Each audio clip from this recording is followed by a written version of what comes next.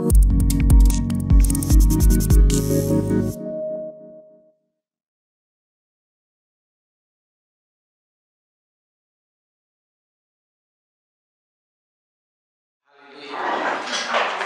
jemaat Tuhan yang dikasihi. Bagaimana pagi hari ini? Semangat? Puji Tuhan. Hari ini kita mau belajar firman Tuhan yang baik. Bagaimana kita menjadi jemaat kebanggaan. Kita harus Bapak Ibu mulai dari sekarang. Bagaimana kita menjadi jemaat yang dibanggakan. Bagaimana jemaat kebanggaannya Tuhan. Nah itu tentunya harus ada hal-hal yang memenuhi syarat bagaimana kita menjadi jemaat yang dibanggakan. Saudara dengar baik, kalau saudara punya anak-anak yang berprestasi, saudara bangga apa tidak? Pasti kita akan bangga. Kita punya anak-anak yang punya talenta, punya kelebihan, punya karunia dari Tuhan. Selalu kita bisa ceritakan kepada orang lain. Aduh, walaupun saudara tidak bilang aku bangga dengan anakku, tidak. Dengan kata lain saudara bisa ceritakan dia punya prestasi A, B, C, mulai dari kecil sampai sekolah, sampai universitas, sampai lulus, dia berprestasi luar biasa. Kita tidak membanggakan berkata aku bangga, tapi ada kata-kata, ada suara yang benar-benar dibanggakan dan menjadi kebanggaan. Dan ini adalah firman Tuhan yang kita akan baca. Bagaimana Paulus begitu bangga dengan jemaat di Filipi. Mari kita baca firman Tuhan di dalam Filipi pasal 1. Kita buka Filipi pasal 1. Kita akan baca mulai dari ayat 1 sampai ayat yang ke-11. Kita baca bergantian Bapak Ibu, saya akan baca ayat yang ganjil. Firman Tuhan demikian, dari Paulus dan Timotius, hamba-hamba Kristus Yesus, kepada semua orang kudus dalam Kristus Yesus di Filipi, dengan para penilik jemaat dan diaken. Kasih karunia dan damai sejahtera dari Allah Bapa kita dan dari Tuhan Yesus Kristus menyertai kamu. Aku mengucap syukur kepada Allahku setiap kali aku mengingat kamu. Dan setiap kali aku berdoa untuk kamu semua, aku selalu berdoa dengan sukacita. Aku mengucap syukur kepada Allahku karena persekutuanmu dalam berita Injil, mulai dari hari pertama sampai sekarang ini. Akan hal ini aku yakin sepenuhnya, yaitu Ia yang memulai pekerjaan yang baik di antara kamu akan meneruskannya sampai pada akhirnya pada hari Kristus Yesus. Memang sudahlah sepatutnya aku berpikir demikian akan kamu semua, sebab kamu ada di dalam hatiku. Oleh karena kamu semua turut mendapat bagian dalam kasih karunia yang diberikan kepadaku, baik pada waktu aku dipenjarakan maupun pada waktu aku membela dan meneguhkan berita Injil. Sebab Allah adalah saksiku betapa aku dengan kasih mesra Kristus Yesus merindukan kamu sekalian. Dan inilah doaku, semoga kasihmu makin berlimpah dalam pengetahuan yang benar dan dalam segala macam pengertian, sehingga kamu dapat memilih apa yang baik, supaya kamu suci dan tak bercacat menjelang hari Kristus, penuh dengan buah kebenaran yang dikerjakan oleh Yesus Kristus untuk memuliakan dan memuji Allah. Amin. Saudara dengar baik, Paulus begitu luar biasa, dia begitu bangga. Paulus sangat membanggakan kehidupan jemaat yang ada di Filipi. Itu perlu kita lihat, sampai dia harus berkata di dalam ayat 3 tadi dikatakan apa? Aku mengucap syukur kepada Allahku setiap kali aku mengingat kamu. Harusnya kalau mengucap syukur itu kalau apa Bapak Ibu? Kalau kita dapat berkata, waduh mengucap syukur, hari ini saya bersuka cita, bukan karena dapat apa-apa, berkat. Tapi saya tahu tadi itu waktu lampu mati, listrik padam. Saudara dengar baik, hati saya miris. Tuhan, kok enggak biasa ya lampu mati di waktu pagi. Saya berpikir tidak perlu lagi ada rekaman atau ada streaming seperti pagi hari ini. Sekali-sekali tidak usah direkam. Dan saya berdoa di pojok ini.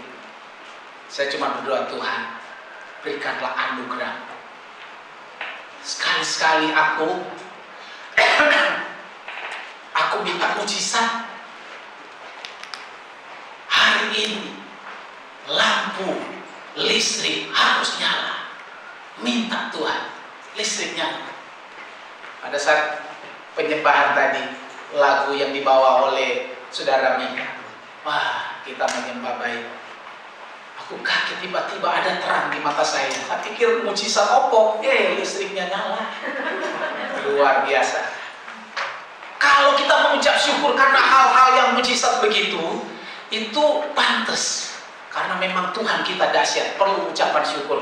Tapi Paulus berbeda. Dia tidak dapat apa-apa dari mengucap syukur kali ini. Dia mengucap syukur karena jemaat Filipi yang menurut ukuran Paulus itu perlu disampaikan kepada Tuhan, kepada Allah. Dia berkata, aku mengucap syukur kepada Allahku setiap kali aku mengingat kamu. Sesuatu yang sangat luar biasa. Apa yang diingat oleh Paulus pada jemaat yang di Filipi sehingga dia harus sampaikan kepada Tuhan dengan ucapan syukur.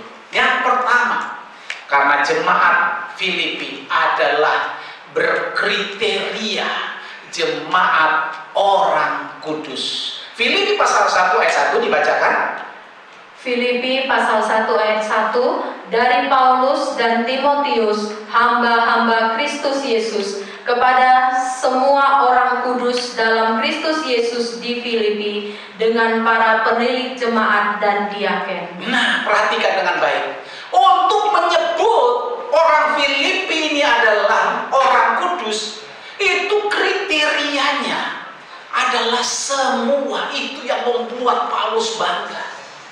Kita tahu jemaat itu ada yang kudus, ada yang tidak, ada yang setengah kudus, ada yang kudus banget, ada yang sama sekali tidak, karena banyak.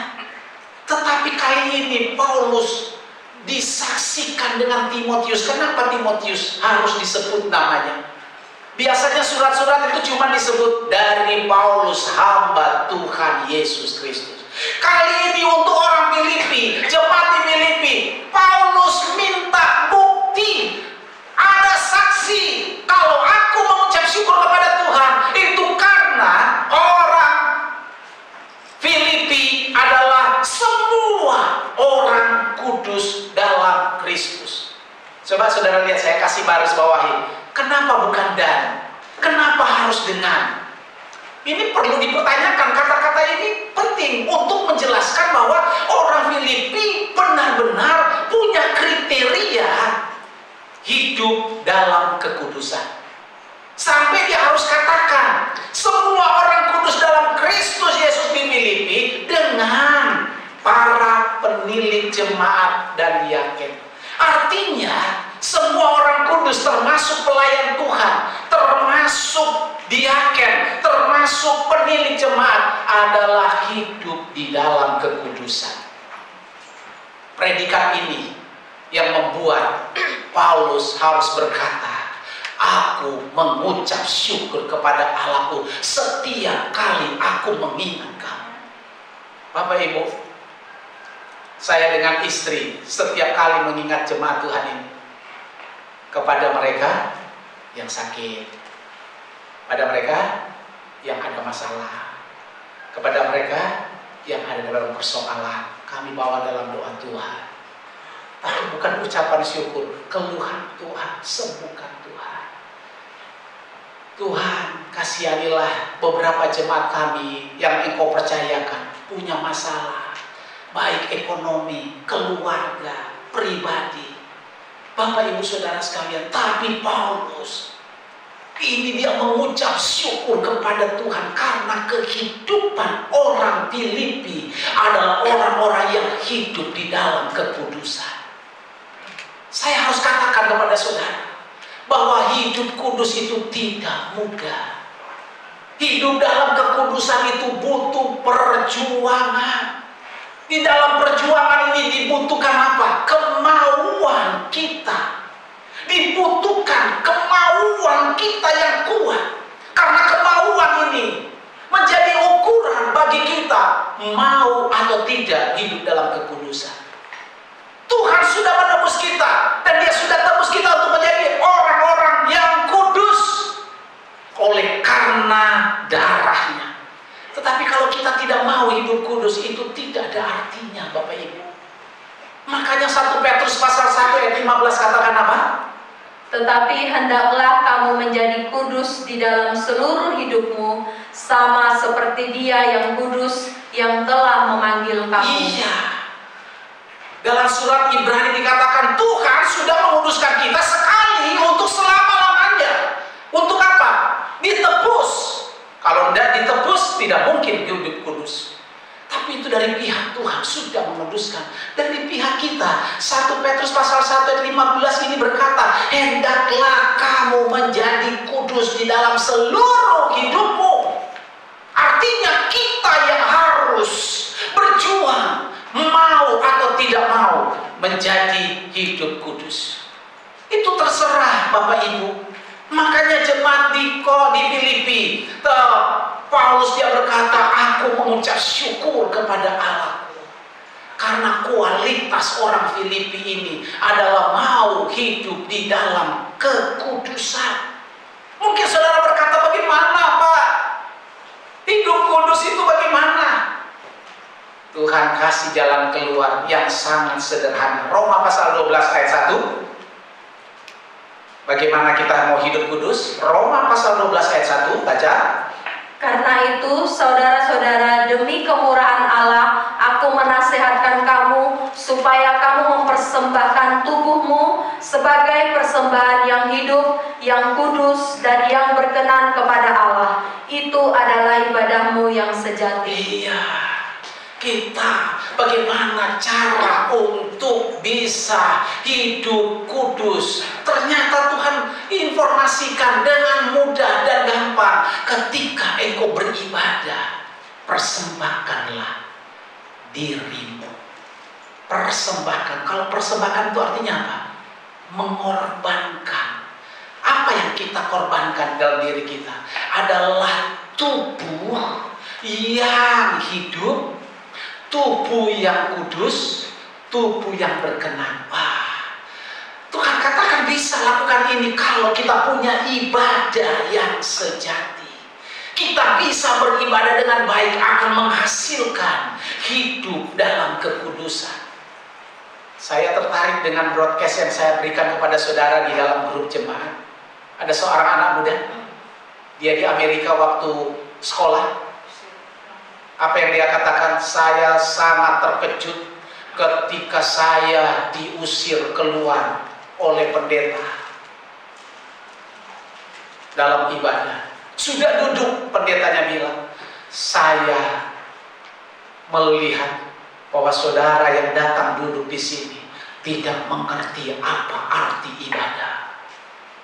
Saya berharap saudara bisa keluar untuk mengerti kembali apa arti ibadah. Anak muda, anak Indonesia ini dia kaget. Ternyata cuma suruh tunggu di luar semenit, 2 menit, 3 menit boleh masuk lagi. Kenapa? Aku mau datang ibadah karena untuk memuliakan Tuhan. Wah, jemaat beberapa keluar, 3 menit di luar mereka masuk lagi. Pendetanya senyum-senyum. Berarti hari ini saudara bisa datang beribadah dengan baik. Kita hari ini, bagaimana supaya hidup kita benar, hidup kita hidup dalam kekudusan? Kita harus mengerti apa arti ibadah. Ibadah itu artinya mempersembahkan seluruh hidup kita. Hidup yang kudus, hidup yang suci, hidup yang benar, dan hidup dalam perkenanan Tuhan. Yang kedua, Tuhan ajarkan Di dalam Yohanes 17 ayat 17, bagaimana supaya kita bisa hidup dalam kekudusan? Kuduskanlah mereka dalam kebenaran, firman-Mu adalah kebenaran. Jadi, caranya bagaimana kita bisa hidup kudus? Hidup di dalam kebenaran. Apa itu hidup dalam kebenaran? Hidup dalam kebenaran itu adalah hidup dengan firman. Hidup dengan firman.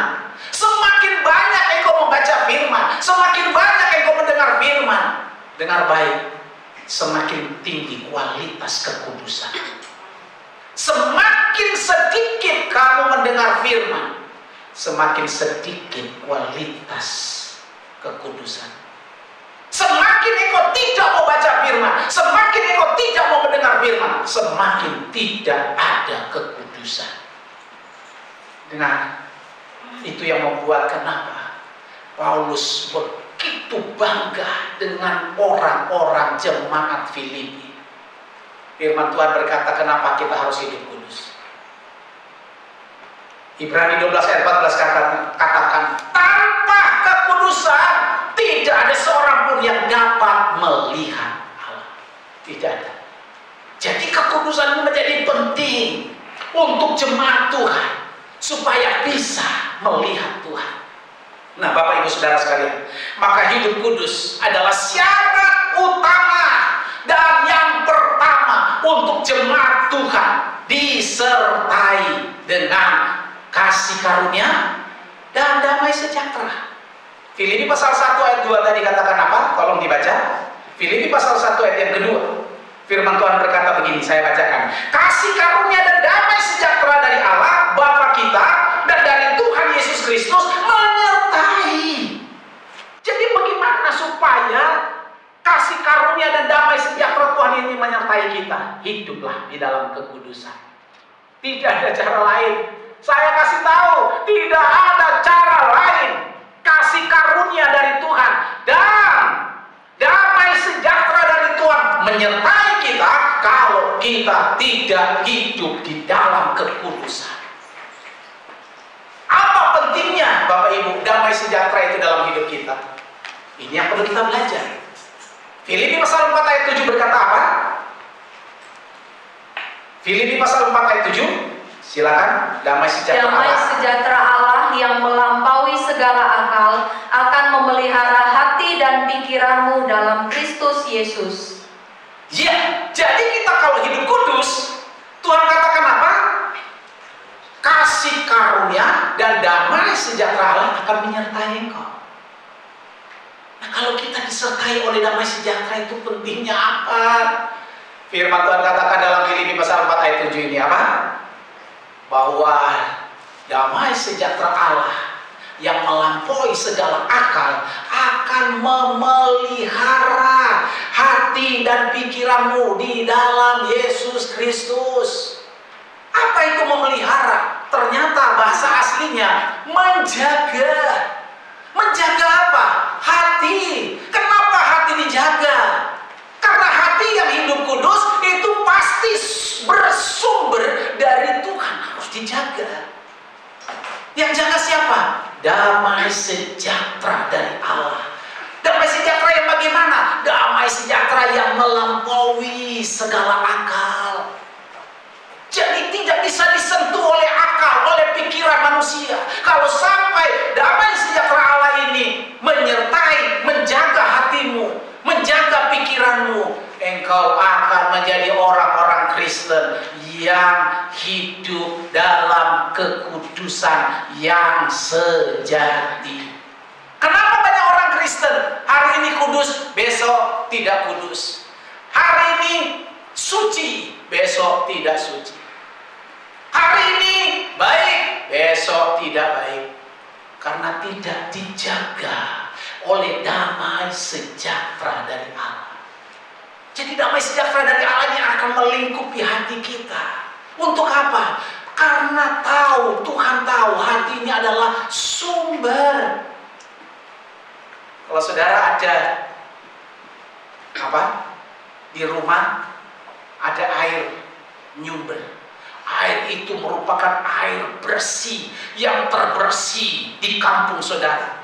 Tidak usah dikelola, langsung dari situ dipakai minum. Kira-kira saudara jaga nggak sumber air ini? Kalau ada kambing datang, ada sapi datang, maaf dia buang kotoran di situ, saudara bilang lagi, kira-kira begitu? Kita akan jaga sumber itu kalau bisa dipagari. Kenapa? Karena ini sumber air bersih yang di kota-kota lain, desa-desa lain tidak ada kecuali di tempat saudara.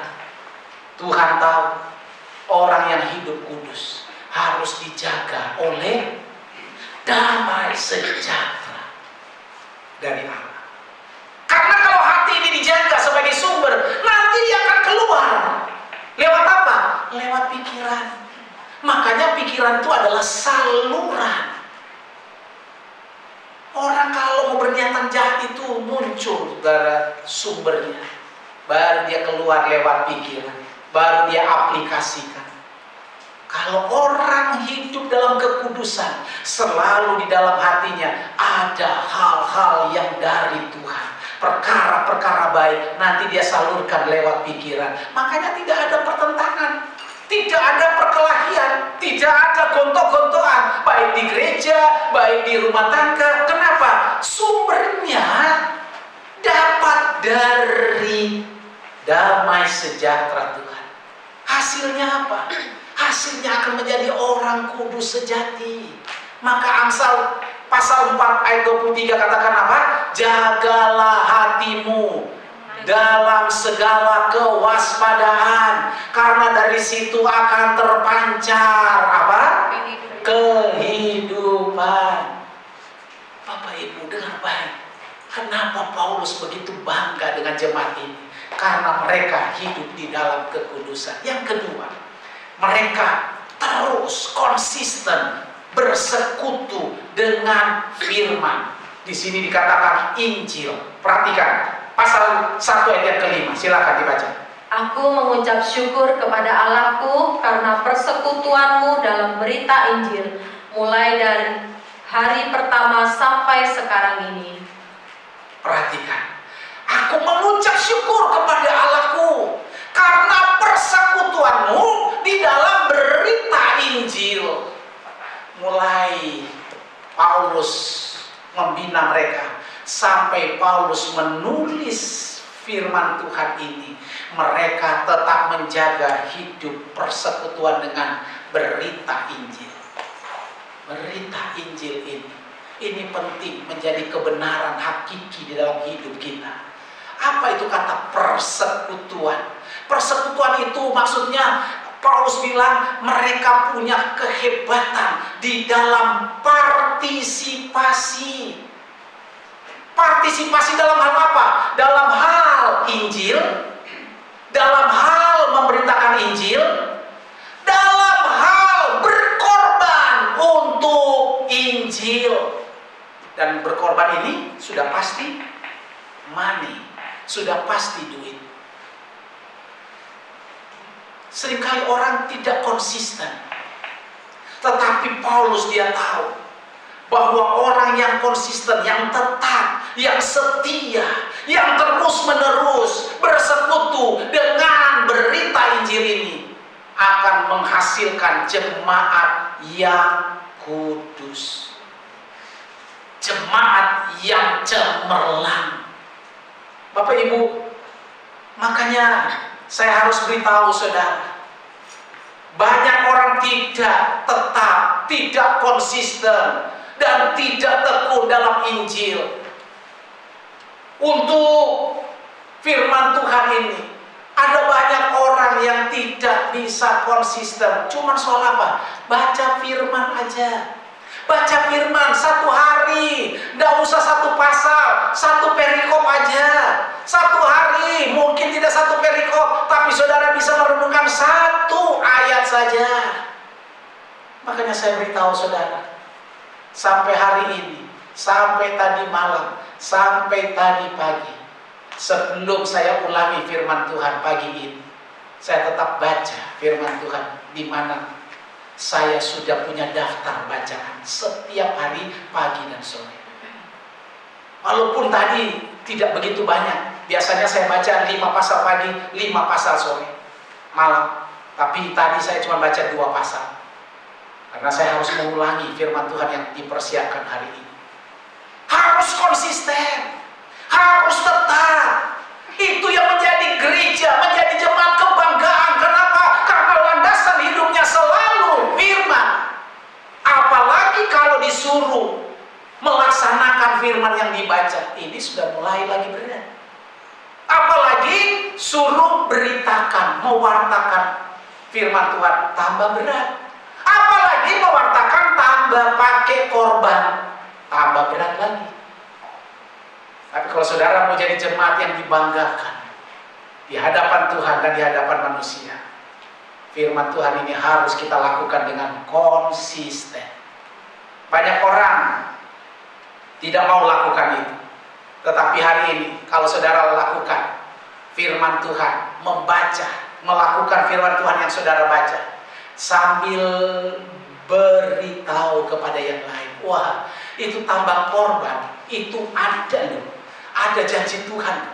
Jadi baca, melakukan, beritakan, yang terakhir apa? Berkorban untuk Injil, maka saudara akan dapat ayat yang ke-6. Tolong dibaca ayat yang ke-6. Akan hal ini aku yakin sepenuhnya, yaitu Ia yang memulai pekerjaan yang baik di antara kamu akan meneruskannya sampai akhir pada hari Kristus Yesus. Saudara lihat ayat yang ke-6. Apa katanya? Kamu akan menerima perbuatan baik dari Tuhan. Kapan? Ini persoalannya, kalau kita konsisten di dalam Injil dan kebenaran firman Tuhan, maka Tuhan menjamin ayat yang ke-6 ini akan menerima perbuatan baik dari Tuhan. Kapan? Berapa lama? Halo? Itu firman Tuhan sudah ngomong. Sampai pada hari Kristus. Hari Kristus itu apa? Hari kedatangannya. Tuhan akan melakukan perbuatan baik sampai hari Kristus. Perbuatan baik Tuhan apa? Waduh, bukan cuma berkat Bapak Ibu, damai sejahtera yang melimpah, sukacita yang dahsyat. Makanya ada dalam broadcast kemarin dikasih sama Bapak Gembala senior kita, bahwa yang namanya kesehatan untuk melakukan olahraga dengan baik dan tertib itu urutan ke-8. Saudara lakukan olahraga baik, konsisten, kesehatannya cuma urutan ke-8. Artinya kalau saudara olahraga itu urutannya cuma 8. Cuma urutan ke-8, berarti ada yang ke-7 kan? Urutan ke-3 katanya kalau kamu bisa konsisten makan telur 3 hari, 1 hari 3 kali, 3 hari sekali. Tetapi urutan yang terbaik kalau mau sehat jasmani kita apa? Hiduplah dengan rasa tentram, hiduplah sukacita. Kemarin Pak Budi bilang apa temannya yang sakit corona? Ternyata cuma dengan apa? Hati yang gembira maka sembuh. Itu kebenaran. Makanya kalau saudara tidak mau konsisten baca firman, kapan kita dapat namanya perbuatan baik dari Tuhan? Kalau kita baca selang-seling, maka perbuatan baik dari Tuhan ya selang-seling. Kalau kita sering baca firman Tuhan dan melakukannya, maka engkau akan sering mendapatkan perbuatan baik Tuhan. Tapi kalau saudara baca terus-menerus dan melakukan firman Tuhan, maka saudara akan mendapatkan perbuatan Tuhan sampai pada hari Kristus datang. Yang kedua, ayat yang ke-7, tolong dibaca ayat yang ke-7. Menerima kasih karunia, ayat yang ke-7. Memang sudahlah sepatutnya aku berpikir demikian akan kamu semua, sebab kamu ada di dalam hatiku, oleh karena kamu semua turut mendapat bagian dalam kasih karunia yang diberikan kepadaku, baik pada waktu aku dipenjarakan maupun pada waktu aku membela dan meneguhkan berita Injil. Iya, kalau kita konsisten terhadap berita Injil, membaca, melakukan, mewartakan, dan berkorban, kita akan mendapat kasih karunia sama seperti yang dijanjikan untuk Paulus. Aduh, Bapak Ibu Saudara sekalian, sudah pasti Paulus itu punya kedudukan yang tinggi dalam kerajaan Tuhan. Sudah pasti, jamin. Karena sampai untuk perkataan-perkataannya dia berkata, aku susah untuk memilih. Apakah aku harus pergi kepada Yesus Kristus? Itu adalah keuntungan bagiku. Tapi aku harus tetap tinggal di sini untuk menjaga supaya kawanan domba ini tetap konsisten di dalam Tuhan. Mati adalah keuntunganku, hidup untuk Kristus. Itu kasih karunia. Saudara akan terima hal-hal yang demikian asalkan kita jalan seperti yang diminta oleh Tuhan. Nah, yang ketiga, kasih dalam pengetahuan yang benar. Filipi pasal 1 ayat 9 dan 10, bacakan. Dan inilah doaku, semoga kasihmu makin melimpah dalam pengetahuan yang benar dan dalam segala macam pengertian, sehingga kamu dapat memilih apa yang baik, supaya kamu suci dan tak bercacat menjelang hari Kristus. Iya, jadi yang ketiga ini kita harus punya kasih di dalam pengetahuan yang benar. Kasih dalam pengetahuan yang benar. Menjadi jemaat yang dibanggakan. Praktek kasih itu harus dalam pengetahuan yang benar. Benar di sini apa? Benar di sini adalah harus sesuai dengan patokan firman Tuhan. Jadi kalau kita mau aplikasikan kasih tanpa patokan firman, ini banyak kali ngawur. Menjadi ngawur, pertamanya kali benar, tapi lama-lama dia melenceng. Saudara lihat berita-berita yang ada sekarang, ada pendeta memberikan kasih kepada jemaatnya, tapi karena tidak dalam pengetahuan dan pengertian yang benar menurut firman Tuhan, maka melenceng. Melencengnya apa? Jemaat yang dia berikan kasih itu kasih yang kasih ngawur itu loh, berkasih kasihan. Itu sudah istrinya orang, jangan dikasih begitu. Tapi ya disikat aja pendeta loh. Bahkan ada pendeta cuma gara-gara begitu sampai masuk penjara. Bukankah ini yang tidak menjadi kebanggaan bagi Tuhan? Jemaat Filipi, kenapa mereka bangga? Ada nasihat firman Tuhan, kalau engkau mau mengaplikasikan kasih yang benar menurut pengetahuan. Apa kata firman Tuhan tadi? Yang benar, pengetahuan yang benar dan dalam segala macam pengertian. Yang benar di sini sudah kita sepakati tadi adalah apa? Firman Tuhan. Jangan pakai standar yang lain, sehingga kalau engkau pakai standar yang lain, maka kasihmu itu pasti akan gagal. Dengar baik kata-kata ini. Kalau engkau memberikan kasih kepada sesamamu tidak pakai standar firman Tuhan, maka kasihmu akan menyimpang. Dan kasih yang menyimpang akan mengalami yang namanya kasih yang gagal. Bagaimana supaya tidak gagal? Firman Tuhan katakan di dalam 1 Tesalonika pasal 2 ayat 8. Apa itu? 1 Tesalonika pasal 2 ayat 8, bacakan baik-baik, pelan-pelan. Demikianlah kami dalam kasih sayang yang besar akan kamu, bukan saja rela membagi Injil Allah dengan kamu, tetapi juga hidup kami sendiri dengan kamu, karena kamu telah kami kasihi. Iya, ini Paulus sudah tahu bagaimana membagi kasih tapi tidak menyimpang.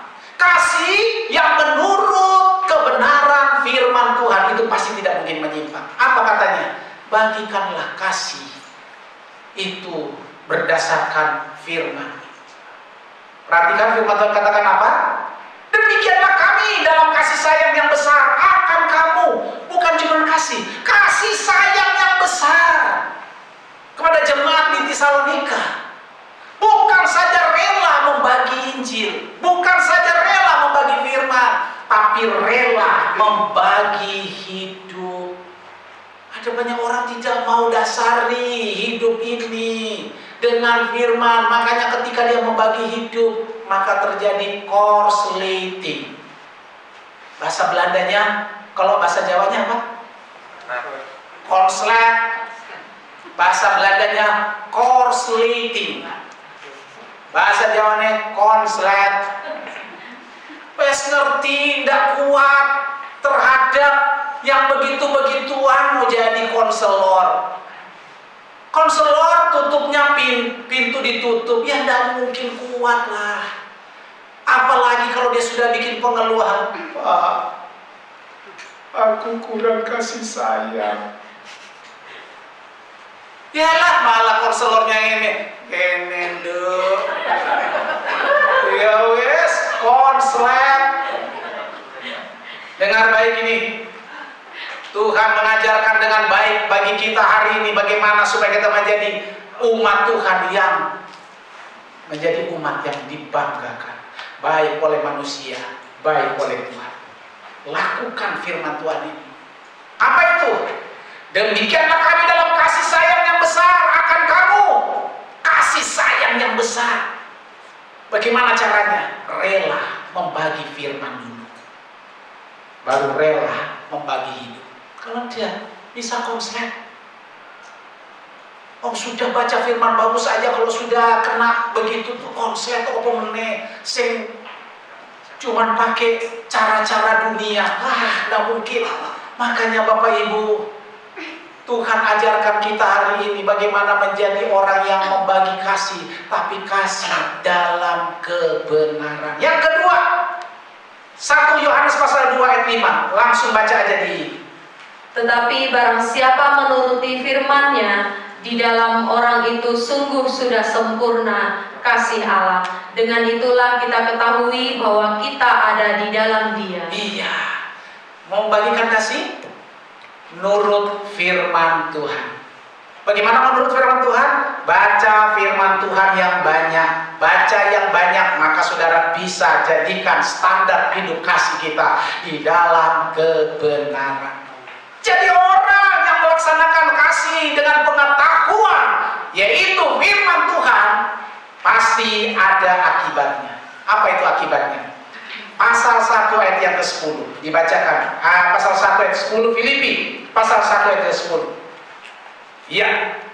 Sehingga kamu dapat memilih apa yang baik, supaya kamu suci dan tak bercacat menjelang hari Kristus. Iya.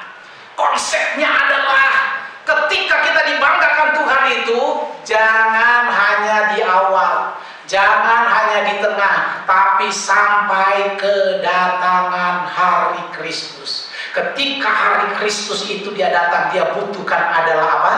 Jemaat Tuhan yang suci dan jemaat Tuhan yang tidak bercacat. Apa itu suci? Suci itu artinya jemaat Tuhan yang pikiran, perasaan, dan kehendaknya itu tidak bercampur dengan dosa. Artinya, saudara harus hidup asli, murni, berdasarkan kebenaran dari firman Tuhan sampai Kristus datang. Apa itu tidak bercacat? Tidak bercacat itu artinya saudara jangan sampai menyakiti hati Tuhan. Jangan sampai menyakiti hati jemaat. Jangan sampai menyakiti hati manusia. Tidak bercacat itu adalah konsep bagaimana kita dengan Tuhan dan bagaimana kita dengan sesama. Jangan saling melukai. Waktu mimbar ini saya gores karena saya mau bikin bersih. Karena ada banyak lakban-lakban yang tertinggal di mimbar ini. Saya pakai besi, pakai cutter, saya bersihkan. Saya kira bagus. Kerak krok. Mereka tanya, Om, itu bukan kaca, itu akrilik. Waktu saya pegang sudah rusak. Waktu saya pikir, waduh, nyesel banget.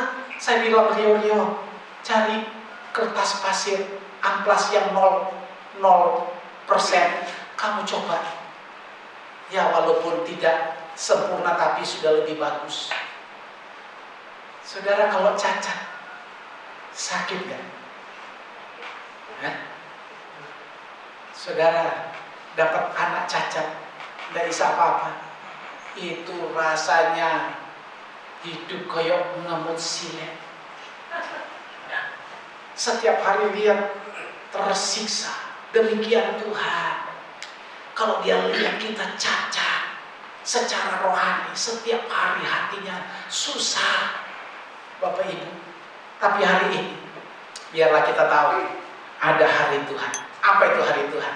Hari yang istimewa bagi Kristus. Dan hari yang istimewa bagi kita. Kenapa? Karena kedatangannya untuk mempertemukan gereja dengan mempelai sorga. Ini yang membuat kita bangga. 2 Korintus pasal 1 ayat 14 katakan, kita akan bermegah ketika dia datang. Amin. Puji nama Tuhan.